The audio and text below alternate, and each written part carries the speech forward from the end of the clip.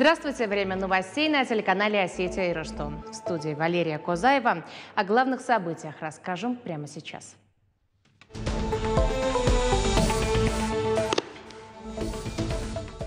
Слова безграничной благодарности нашим дорогим ветеранам, преодолевшим все испытания. В Северной Осетии, как и во всей стране, отметили День Победы 9 мая во Владикавказе. Традиционно началось с торжественного парада на площади Свободы. Были и народные гуляния. Подробности через минуту. В 1943 году уже берут в армию меня. Он знает точно, какой ценой далась Великая Победа. Еще мальчиком Александр Варламов помогал в тылу, а потом сражался на полях войны. Мы расскажем о боевом пути солдата, получавшего награды из рук Леонида Брежнева. Я надеюсь, что это чувствуется через экран. Мы это делали с огромной любовью. И, наверное, вот на этом все и строится. 7 черных бумаг. Сегодня по всей стране в большой прокат вышла военная драма по мотивам повести писателя Михаила Булгакова. Какая история легла в основу киноленты и почему ее уже считают прорывом осетинского кинематографа?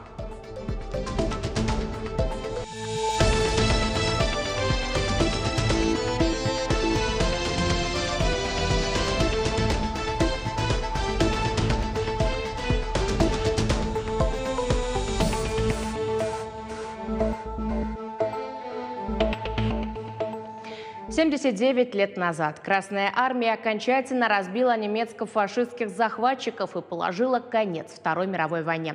В Северной Осетии 9 мая по традиции началось с торжественного парада на проспекте Мира. Посмотреть на боевую технику и пешие расчеты каждый год приходят сотни жителей республики.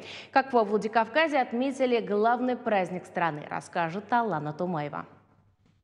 Огромная площадь, полная людей, замирает в один миг. Тишина и известный каждому голос знаменуют такую важную для всех фразу. Великая Отечественная война, которую вел советский народ против немецко-фашистских захватчиков, победоносно завершена.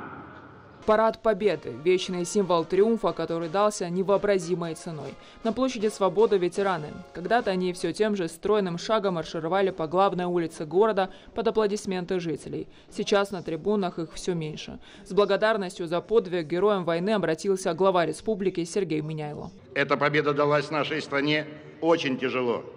Миллионы погибших, пропавших без вести. Но наши отцы и деды выстояли, не позволили глумиться над могилами предков и над будущим великой страны с тысячелетней историей. Низкий поклон всем героям, отстоявшим наше Отечество. Спасибо тем, кто, не жалея себя, приближал долгожданную победу в тылу, обеспечивая фронт всем необходимым. Слова безграничной благодарности нашим дорогим ветеранам, преодолевшим все испытания. Знаменная группа выносит на площадь флаг страны и копию Знамени Победы. Троекратное «Ура» и парадные расчеты проходят торжественным маршем. Колонны военнослужащих 58-й армии, сводные роты и батальоны соединений частей, расчеты республиканских МВД, МЧС, воспитанники Суворовского училища, юноармейцы, ученики кадетских классов. За ними выдвигается военная и специальная техника вооруженных сил страны. Открывает ход механизированные колонны лучше на сегодняшний день танк Т-90М «Прорыв». Следом новейшие бронетранспортеры, ракетные комплексы «Искандер-М» и другие образцы отечественной оборонки.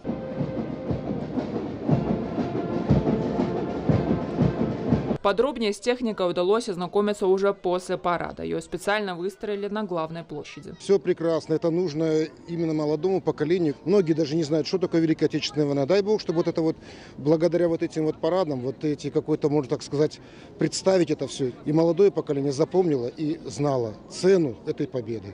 Впечатленные шествием люди не торопились расходиться. Администрация Владикавказа подготовила десятки тематических площадок. В Центральном парке сегодня окажется вся республика. Дети и взрослые гуляют, поют фронтовые песни, читают стихотворения о героях войны. Много тематических площадок. Здесь, например, дети создают своими руками поделки из бумаги и дерева. Дальше пробуют управлять роботами. Ну а там, судя по запаху, полевая кухня. Ну и мы, конечно же, туда.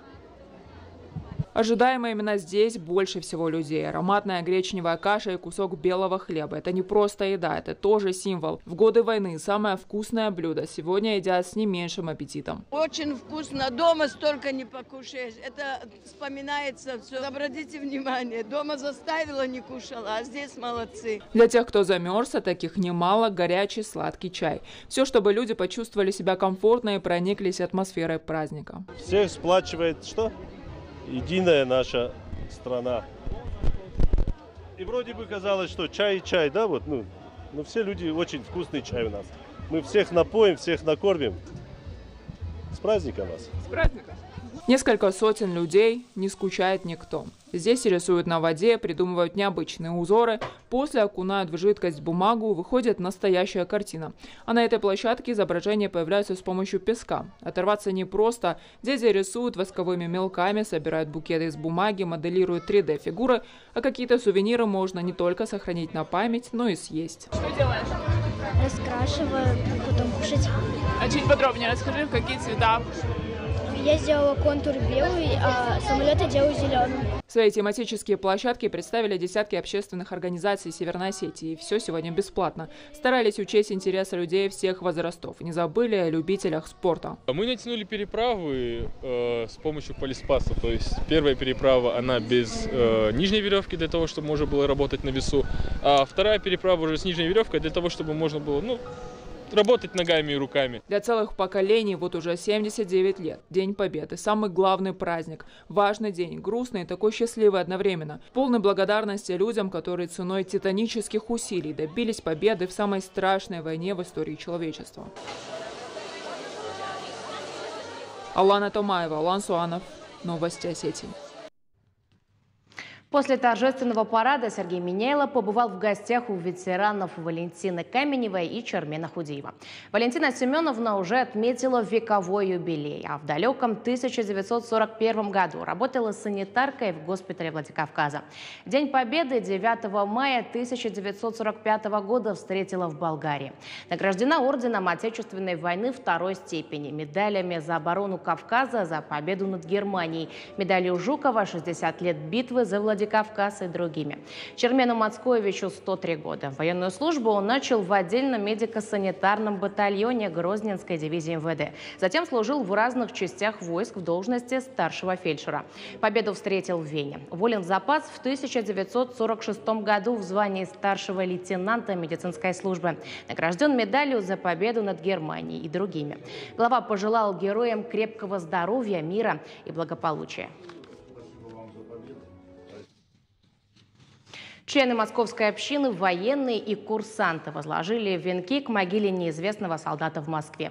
В мероприятии участвовали заместитель председателя правительства республики, полномочный представитель Северной Осетии при президенте России Игорь Борсков, сенатор Российской Федерации от Северной Осетии Виталий Назаренко.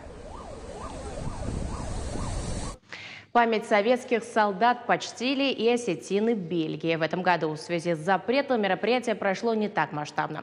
Участники Союза казаков-воинов России и зарубежья возложили цветы к могилам военнопленных и планировали посетить могилу нашего земляка Тимирхана Мирденова, но сделать этого не удалось. Когда началась война, Александр Варламов был еще слишком юн. Тогда мальчик решил, будет помогать в тылу. Вместо учебы курсы тракториста. Работал в поле, а уже через 2 года он отправился на фронт. Боевой путь впечатляет. Александр Николаевич был лично знаком с маршалом Жуковым, а награды получал из рук самого Леонида Брежнева. В гостях у ветерана побывала Залина Калманова. Он аккуратно листает страницы старого фотоальбома. Фронтовые снимки ветеран бережно хранит уже много лет. Они напоминания о боевых буднях. Александру Варламову не было и 16, когда в его жизнь и жизнь миллионов советских подростков неожиданно пришла война. В силу возраста юноша не мог сражаться на поле боя, но решил помогать в тылу.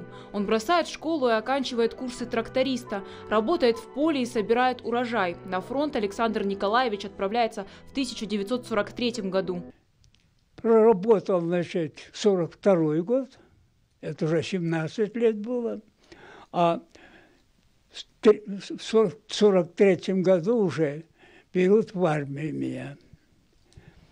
Я пошел с 26-м годом уже, понимаешь? Военная жизнь Александра Варламова была долгой и тяжелой. Он служил в инженерно-строительных войсках под командованием маршала Малиновского на Южном фронте, был лично знаком с маршалом Жуковым, а почетные награды получал из рук самого Леонида Брежнева. Великую победу герой отметил в Вене в составе Забайкальского округа. Там же Александр Варламов встретился с родным братом, которого не видел с самого начала Великой Отечественной. Смотрю, погонах, значит, старший сержант на танке что-то делает. Я ему говорю: товарищ старший сержант. Он быстро соскочил, приложил руку, я в звании закончил капитана. Товарищ капитан, я вас слушаю. А это капитан, мой я был. А он, значит, мне говорит, я говорю: Петров, ты что, меня не узнаешь? Ты же мой брат, я твой брат. Ну, я не знал, что ты офицер. Но на этом боевой путь не закончился. После Великой Отечественной была еще одна война с Японией, а дальше служба в советской армии в 15 разных местах. Всю свою жизнь Александр Варламов посвятил любимой родине. Он часто встречается с молодежью, говорит, очень важно, чтобы потомки знали о великом подвиге Красной Армии. Целый день вообще общаюсь. Вопросы я просто, самому что-то говорить. Я говорю: какие вопросы вас интересуют? Задают, я им отвечаю. Еще одни были тоже, пели песни. Я их поблагодарил всех.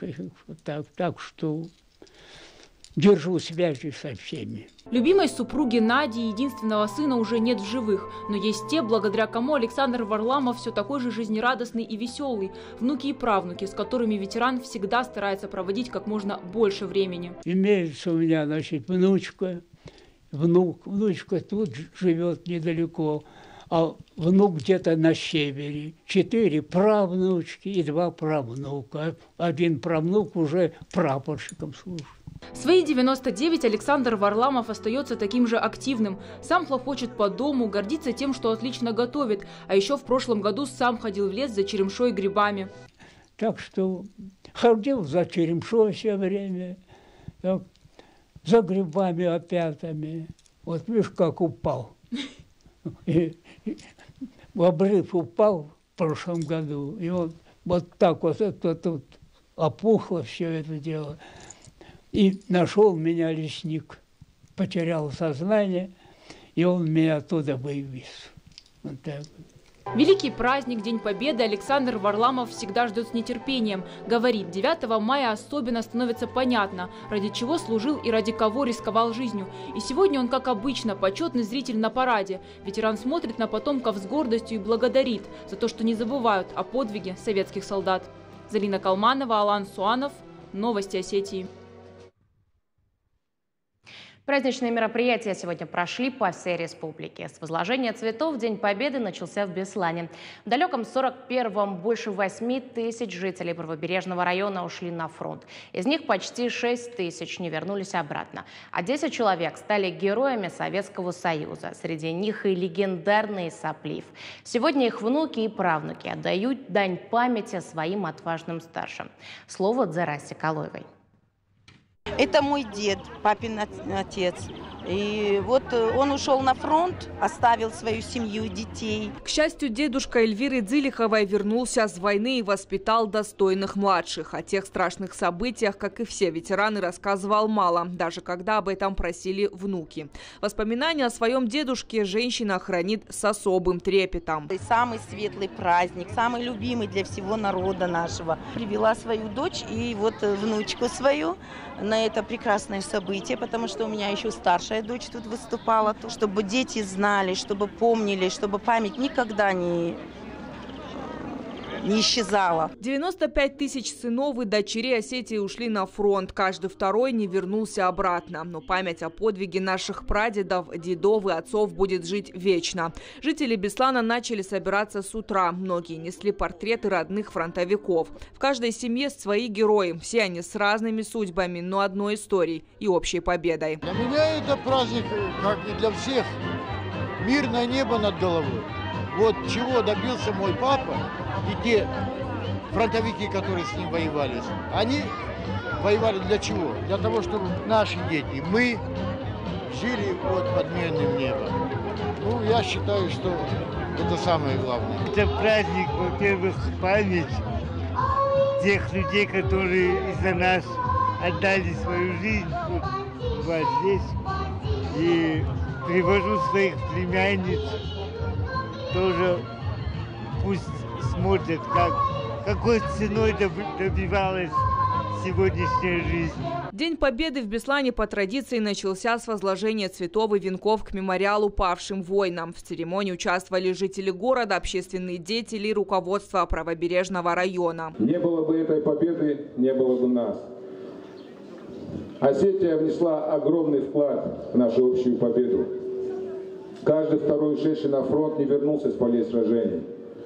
И мы сегодня, как это уже сказали, вспоминаем тех погибших, героев, воинов, которые отдали свои жизни на фронтах Великой Отечественной войны. Торжественным маршем, чеканя шаг и отдавая воинское приветствие, знамя Победы пронесли юноармейцы из разных школ района. Праздничная программа была насыщенная. Звучали фронтовые стихи и песни. Нас 20 миллионов, одни известных и до знаменитых, сразить которых годы не вольны.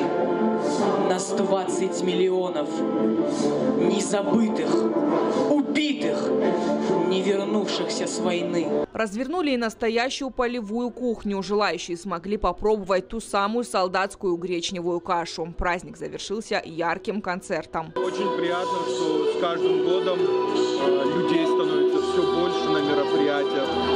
Говорит о большом патриотизме нашего народа. В годы Великой Отечественной войны выходцы из правобережного района доблестно защищали свою родину. 10 из них стали героями Советского Союза. С победой! Зара Соколоева, Алина Меликова. Новости Осетии. Ему было всего 17 лет, когда Вторая мировая в одночасье перевернула мир с ног на голову. Путь Ивана Тимошкина начался на танковом заводе в Омске.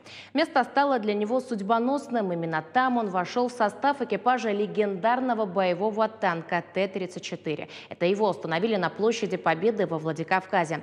Свою главную весть о победе советского народа солдат получил на полях войны в Венгрии.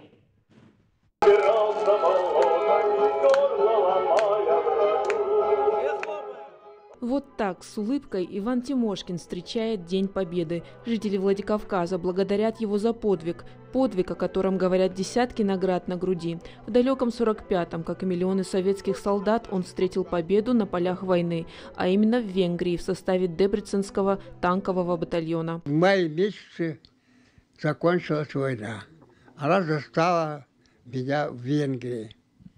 Оттуда этот батальон передислоцировался на территорию Советского Союза, в район города Миллерово Ростовской области.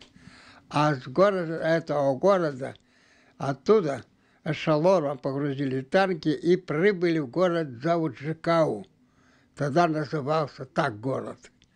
Ивану Тимошкину было всего 17 лет, когда в 1944-м его призвали на фронт. Тогда юноша вместе с семьей жил в Омской области, трудился в школе механизации, ремонтировал, восстанавливал тракторы и комбайны.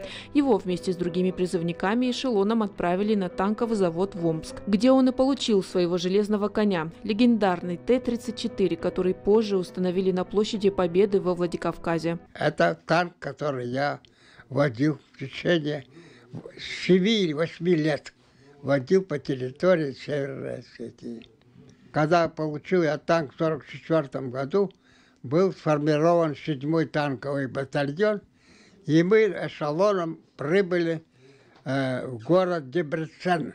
И там нас встретила война. Там первое я получил боевое крещение. Бомбежки, обстрелы. Но благодаря тому, что у нас были танки, мы быстро находили укрытие под танками или внутри танка.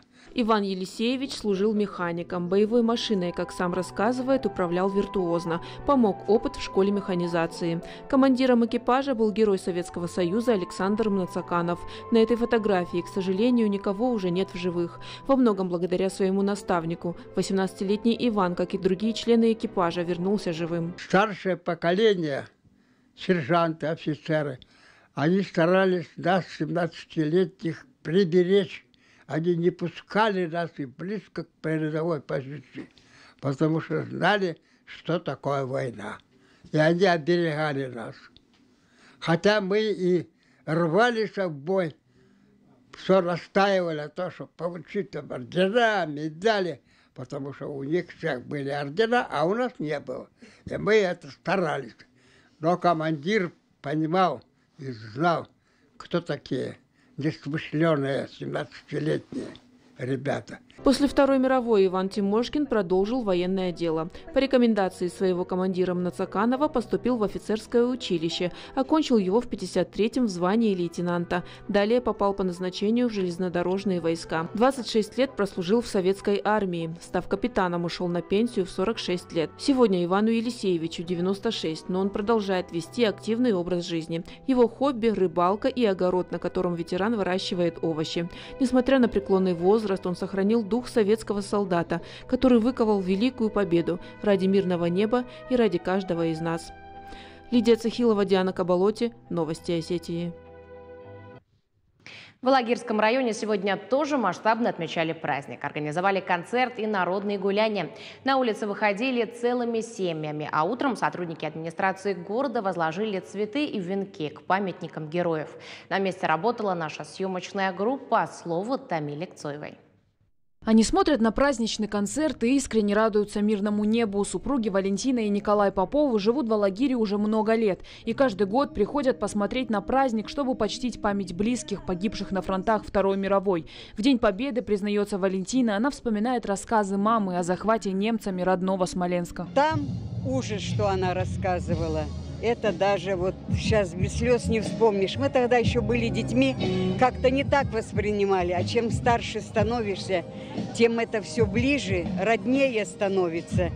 И тяжело даже это все. А кому-то свою победу еще предстоит одержать. Феликс Бекузаров находился в зоне специальной военной операции практически с первых дней. Сейчас восстанавливается после ранения. Говорит, участие в СВО дало не просто понять, но почувствовать, какую цену пришлось заплатить ветеранам.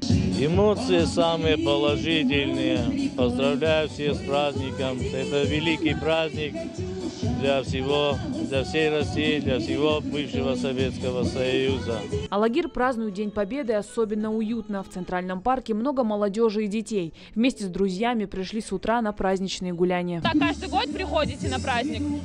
Да, каждый год это серьезный праздник, и надо на него приходить. Поздравляю всех жителей Алагира с этим праздником, что организовали такой концерт. Может, кто-то у вас из семьи воевал? Мой прадедушка воевал, я им очень горжусь. Он нам дал мирное небо. Я прихожу на 9 мая с гордостью.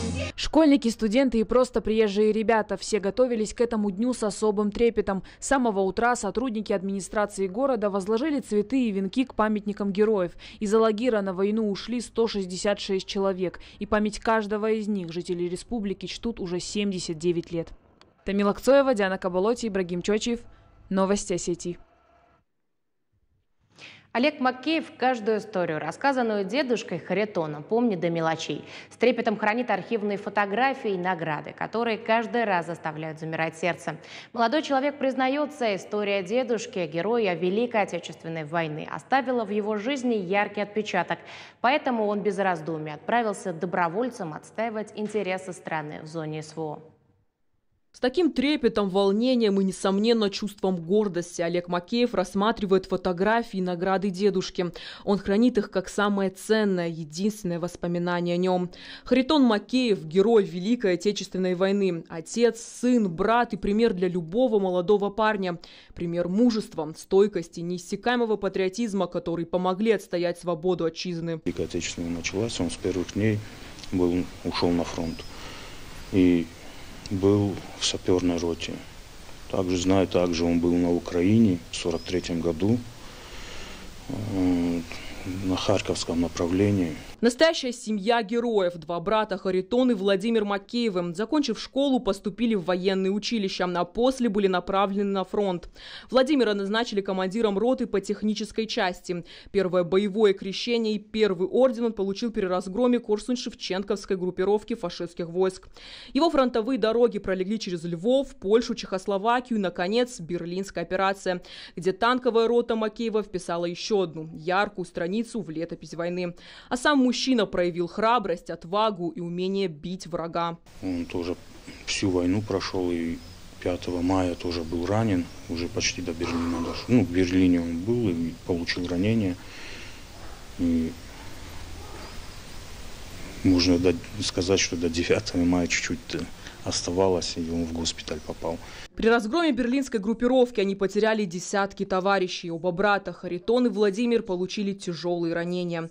После окончания Великой Отечественной войны Владимир Макеев продолжил работу в советской армии, готовил кадры для танковых войск. Рассказывать о событиях тех лет всегда непросто, потому что невозможно представить, с каким ужасом людям пришлось столкнуться. Однако это очень важно.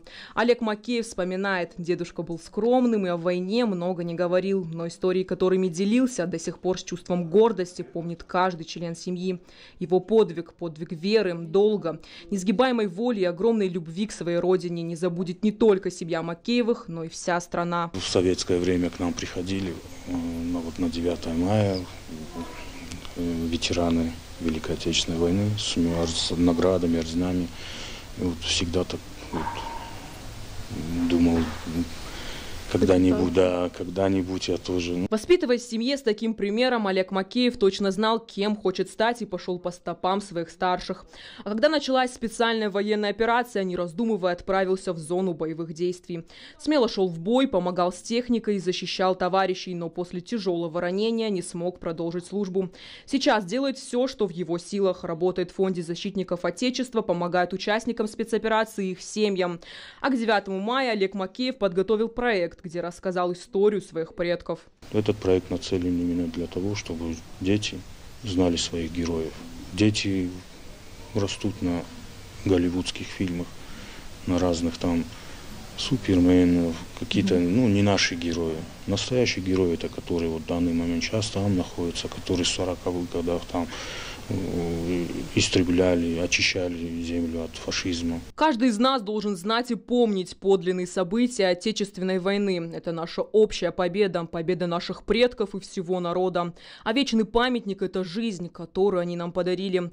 Долгие 1418 дней и ночей войны, миллионы разрушенных жизней, семей, сотни миллионов детей, оставшихся сиротами, матерей, оплакивающих своих сыновей. Вечная слава и память героям. Алена Агаева, Артур Дудаев. Новости Осетии. А в Хазнедоне праздник отметили необычно. Там провели единственный в России физкультурный парад. Его подготовили масштабно. Участвовали сотни школьников и студенты из разных районов Северной Осетии. А после колонной под песни военных лет ребята с плакатами и флагами прошли до местного дома культуры. Такие многолюдные улицы в Хазнедоне увидишь нечасто. Повсюду праздничные плакаты и георгиевские ленты. Этот день для местных жителей особенный не только из-за 79-й годовщины победы в Великой Отечественной. Сегодня здесь провели первый в России физкультурный парад. Я считаю, что эти мероприятия очень важны. Я рад, что их возобновили, ведь молодежь должна заниматься спортом, вести здоровый образ жизни и помнить наших чемпионов.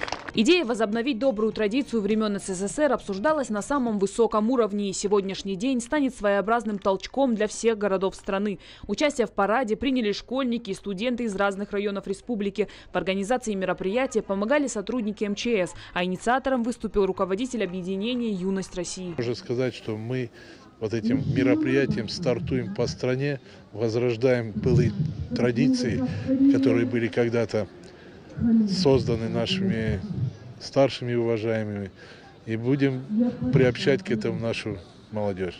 Ветеранов спорта республики наградили почетными грамотами и медалями. В программе мероприятия национальные песни и остинские танцы. А после с плакатами и флагами в руках участники прошли до местного дома культуры. Больше 200 человек в цветах остинского триколора участвуют в открытии Аллеи Славы. Этот день в маленьком Хазнедоне исторический, благодаря сразу двум знаковым событиям. Аллея славы появилась благодаря Юрию Ванееву. Год назад на общем собрании села он предложил увековечить память всех выходцев из Хазнедона, павших в Великую Отечественную войну, и оплатил все расходы. Работу начали в прошлом году и завершили 2 месяца назад. Жители республики приносили портреты своих близких и совместными усилиями создавали баннеры. Это строилось, для чего это делалось? У нас сейчас большой разрыв получился между старшим поколением и нынешним. Вот хотел бы я увязать корни с подрастающим поколением. Вроде бы получилось. Даже сам сейчас прохожу, а когда вижу я их, я подтягиваюсь как-то. В годы войны отсюда ушли 187 человек. Для такого маленького селения эта цифра колоссальная. И теперь каждый погибший житель увековечен здесь, в центре родного Хазнедона. Один из героев, Кубади Каражаев, отец Ларисы Каражаевой, находился в Ленинграде во время страшной блокады. Он получил ранение во время защиты города и лечился в госпитале. Чтобы отдать дань уважения, Лариса Кубадиевна приехала на открытие аллеи из Пскова и впервые оказалась на малой родине. Благодарна безумно. И, как вот говорят, это же не пустые слова, пока наша память жива, пока мы помним о наших предках, то дело наше непобедимо. Война унесла больше 26 миллионов людей. Они отдали свои жизни за нашу свободу. И теперь задача каждого человека – стараться сохранять мир и спокойствие. Тамила Акцоева, Диана Каболоти, Ибрагим Чочев. Новости Осетии. Сегодня во Владикавказе состоялась одна из главных премьер года. В большой прокат вышел фильм по мотивам повести осетинского писателя Михаила Булкаты «7 черных бумаг». Лента рассказывает о событиях 1942 года. В небольшом высокогорном осетинском селе живут 2 брата. Видя, какое горе приносят черные бумаги с фронта, они подговаривают почтальона прятать похоронки до конца войны. Драма вошла в список номинантов престижного Московского международного кинофестиваля. А по всей стране картину покажут в 220 кинотеатрах. Зоя Тараева подробнее. Трофейная катана из Сыплиева, живые змеи, бабочки и череп коня. Это лишь малая часть реквизита фильма режиссера Анатолия Колеева «7 черных бумаг». Эмоционально, нервно и холодно. Съемки в горах – это всегда непредсказуемость. Природа безжалостно диктует свои правила. Но вся команда выполняла свою работу с душой и любовью. Именно такую задачу поставил Колеев. Я надеюсь, что это чувствуется через экран. Мы это делали с огромной любовью. И, наверное, вот на этом все и строится, что неважно, профессионалы были или нет. Каждый человек занимал по 3-4 должности, хотя ставка подразумевает половину одной должности. Да, было сложно, очень сложно. Мы были на разных съемках, и это самые сложные съемки, которые вообще когда-либо встречались по разным моментам, которые даже нельзя рассказывать вот до такой степени. Съемки проходили в 8 горных селах. Основные действия развернулись в высокогорной Камунте. По сюжету именно оттуда в 1942 году все мужчины ушли на войну. Их семьи с нетерпением ждали весточки с фронта, но, к сожалению, смерть постучала почти в каждую дверь. Женщинам пришлось обустраивать непростой быт в горах своими силами, а детям повзрослеть буквально за день.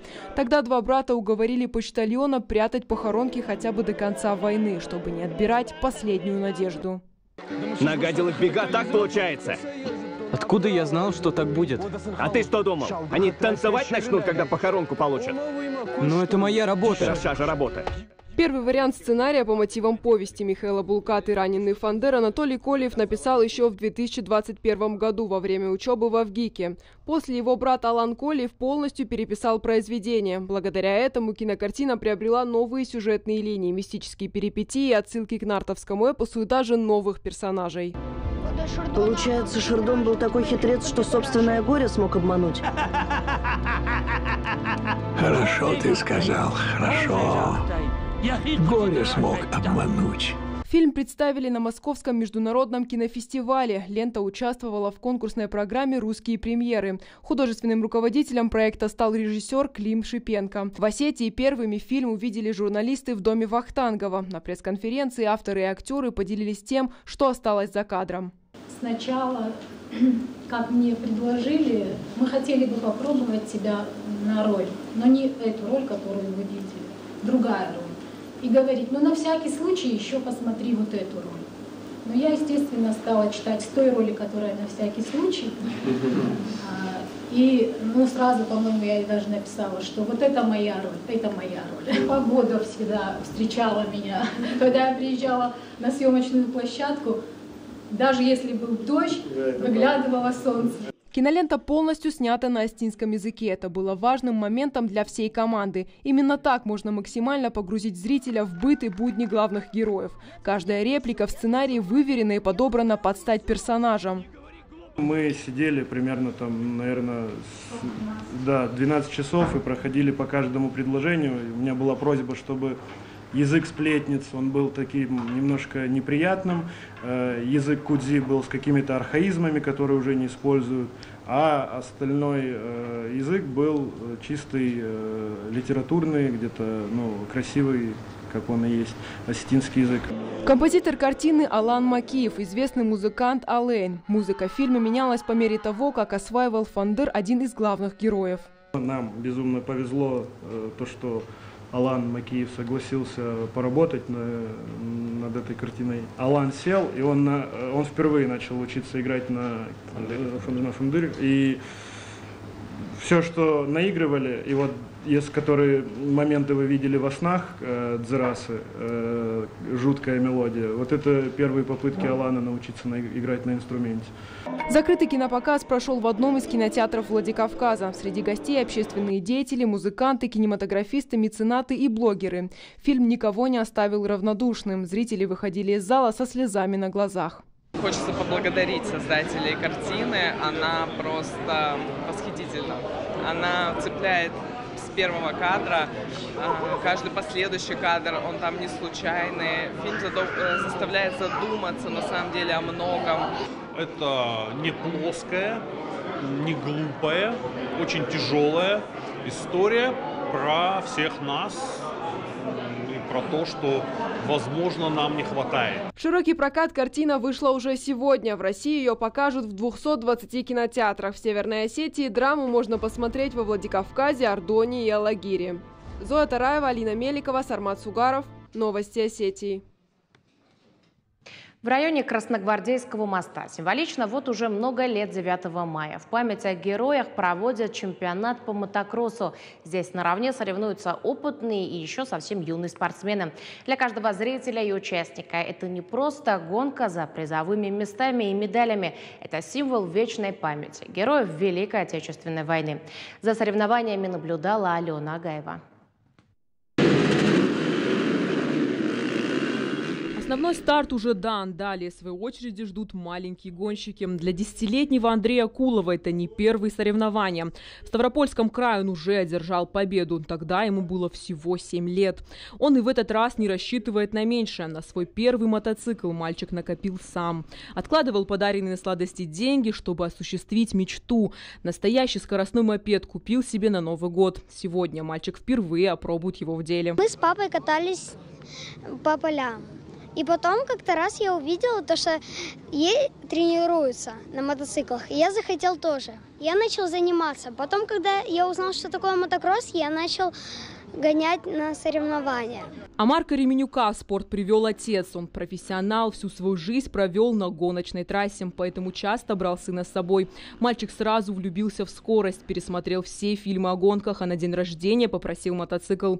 Отец сразу заметил потенциал и начал тренировать сына. В 8 лет он взял его на первые соревнования. Вроде сначала не получалось, потом тренировались. Получалось, я хотел стать как папа.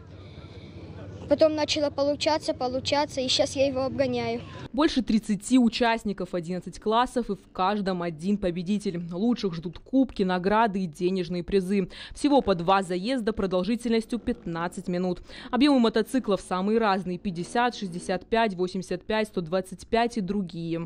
Раритетный мотоцикл ЧЗ. Именно с них в 70-е начинали гонки. Тогда они считались лучшими. В двигателе 30 лошадиных сил, сухая муфта и 4 передачи. Этот экземпляр сохранился в прекрасном состоянии. Когда-то здесь, на главной площадке по мотокроссу, стояли ветераны Великой Отечественной войны. С тех пор вот уже 37 лет проводят соревнования. Это было именно их идеей. Они начали целую историю. Здесь воспитывают будущих чемпионов, которые будут продолжать их дело. Когда я вот такой мелкий был, вот здесь со мной рядом стояли герой Советского Союза Каурбек Тогузов, контр-адмирал Пантелей Константинович Цаллагов, наш Бедоев, генерал Руслан. И вот мы вот здесь стояли, то есть они придумали это все. Для каждого зрителя и участника это не просто гонка или очередной чемпионат, это символ вечной памяти ветеранов Великой Отечественной войны. Алена Агаева, Георгий Гагиев, Ибрагим Чочиев. Новости Осетии. Народные гуляния сегодня проходили по всей республике. На улицах Владикавказа с самого утра многолюдно. Горожане с семьями пришли в центр города, чтобы прочувствовать всю атмосферу праздника. Прямо сейчас на площади Свободы проходит концерт. На месте работает наша съемочная группа. Дана Малышева готова выйти с нами на прямую связь. Дана, здравствуй. Много ли людей собралось на площади? Да, Валерия, добрый вечер. Мы находимся в самом центре Владикавказа, на площади Свободы. Все собрались на праздничный концерт, который сейчас в самом разгаре. На сцене звезды осетинской эстрады исполняют песни военных лет. Это именно та музыка, которая подбадривала и дарила уверенность в победе нашим солдатам. Посмотреть, как город воинской славы празднует 79-ю годовщину Великой Победы, пришли сотни людей. Правда, погода сегодня не совсем радует, несмотря на холод. Даже сейчас, с каждой минутой людей становится все больше. Приходят целыми семьями, многие здесь гуляют с самого утра. Рядом с нами зрители концерта, которые лично знают героев своей семьи или по рассказам старших. Здравствуйте, представьтесь, пожалуйста, и расскажите о своих близких, которые участвовали в Великой Отечественной войне. Добрый вечер, всех с праздником, Днем Победы, великим праздником. Я сегодня с семьей пришел порадоваться и гордиться нашими ветеранами, которые еще живы-здоровы, или вспомнить поименно порой всех погибших, которые дали нам шанс.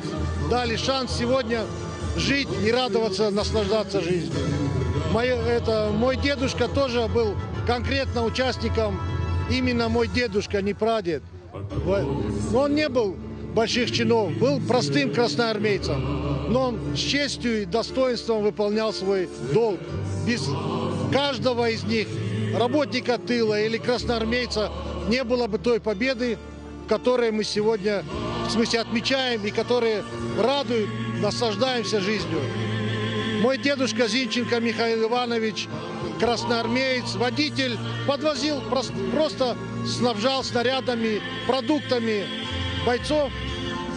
До конца, до Берлина не дошел, но в Праге получил ранение, был награжден Красной Звезды орденом и был комиссован, потому что уже ранение не позволяло ему выполнять свой долг. Но все равно я внук его, и я горжусь, что я все-таки этой страной можно гордиться. Она действительно заслуживает всех почестей и чести. И еще и живу в таком городе, как Владикавказ. Город воинской чести и славы, потому что здесь героев просто море. Отлично. А расскажите в целом, праздничная атмосфера чувствуется, как вам сегодняшний концерт? Расскажите. Вы знаете, праздник, а все равно на глазах слезы радости и гордости. Гордости за наших ветеранов. Они достойны. Жаль, что жизнь как-то забирает их все меньше и меньше. Но мы каждый год все равно по возможности приходим сюда, на эти мероприятия, и стараемся присутствием своим доказать, что мы чтим их и никогда не забудем. Спасибо. А теперь подходите, пожалуйста, к нам поближе. Представьтесь, пожалуйста, и расскажите, а почему вы решили сегодня не оставаться дома и быть сегодня здесь? Здравствуйте, меня зовут Жамилянц Елена. Как сказать, почему? Для начала вообще хочу поздравить вас с Днем Великой Победы. Ну и вообще, каждый год мы посещаем с моими родственниками данный праздник, потому что мой дед был участником Великой Отечественной войны. Ну и вообще, мне кажется, каждому поколению нужно знать историю своей страны. А так, Каждый год приходили на бессмертный полк, но в этом году его не состоялось, к сожалению. Но мы с утра приходили, побывали на параде, посетили полевую кухню, изучили, узнали навыки о мерах чрезвычайной ситуации. Ну и вообще узнали много нового, в принципе. И вот сейчас пришли на концерт. Рада вас видеть. Поэтому вам важно было сегодня вместе со всеми жителями отметить День Победы? Ну да, конечно. Потому что мы в любом случае все одни, одно целое. Все, спасибо большое. Ну а мы напомним День Победы. По традиции 58-я армия завершит артиллерийским салютом. 30 залпов с перерывом в 30 секунд прозвучат на пересечении улиц Гадиева и Московская ровно в 22:00. Это будет еще одним напоминанием. Северная Осетия, как и вся страна, всегда будет помнить, какой ценой досталась нам победа. У меня все. Валерия. Спасибо, Дана. На этом наш праздничный выпуск завершен. Дорогие телезрители, мы хотим еще раз поздравить вас с Великим Днем Победы. Пожелать вам мира, здоровья, благополучия и как можно больше хороших новостей. До встречи.